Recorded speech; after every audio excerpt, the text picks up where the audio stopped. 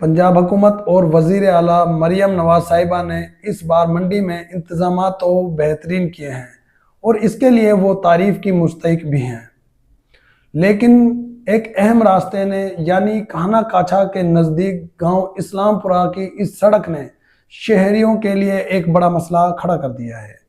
हम उन लोगों में से नहीं जो हुकूमत पर बिला वजह तनकीद करें। हम तरक्याती कामों को सराहते हैं, लेकिन इस वक्त इस्लामपुरा की सड़कों पर गटर के ढक्कन टूटे हुए और गायब हैं।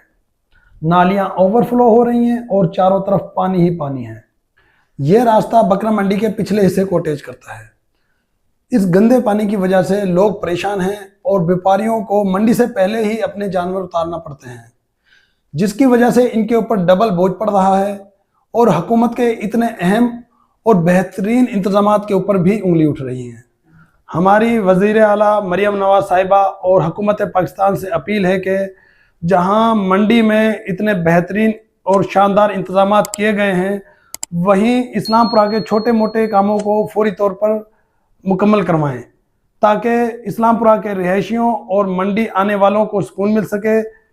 हमें पूरी उम्मीद है कि हमारी इस जायज़ अर्जी पर फौरी एक्शन लिया जाएगा, ताकि अवाम आपको मज़ीद दुआएं दे सके।